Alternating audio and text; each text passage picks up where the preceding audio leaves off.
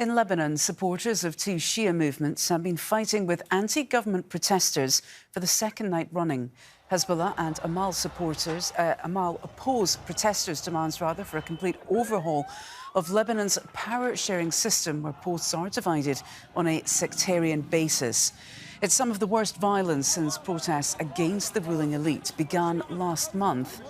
Well, scenes like these are putting Lebanon's military and security forces in an increasingly difficult position.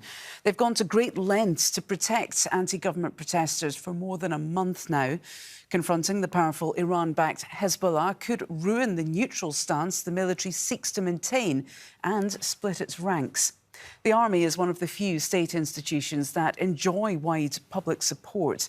It's seen as a unifying force in a deeply divided country. Well, earlier, my colleague Foliba Thibault spoke to Rami Khouri. He's a journalism professor at the American University of Beirut.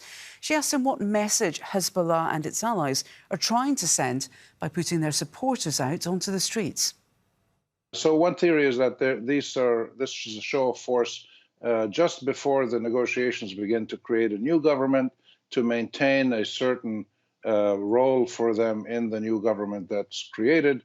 Another theory is that, no, this is not linked to any kind of political resolution. This is the Hezbollah and Amal and some other people allied with them saying we're fed up with this kind of citizen protest and the issues that it's causing, and we're going to send these people back home, as has happened in the past, where a little bit of rough handling by the young men of Hezbollah and Amal and others has sent protesters back home. So we'll see which way it goes.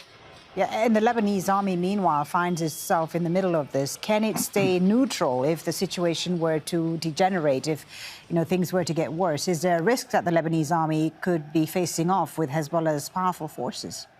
No, there's no risk of an army-Hezbollah face-off. That's never going to happen. The risk is that the army would get pulled into the tensions on the street and some of the violence, and then perhaps the army would implode from within. It would collapse, and some Shia members, some Christian members, some Sunni members, some Druze members would all leave the army and go form their own militia. This is what happened during the Civil War when the army collapsed. But I don't think that's going to happen.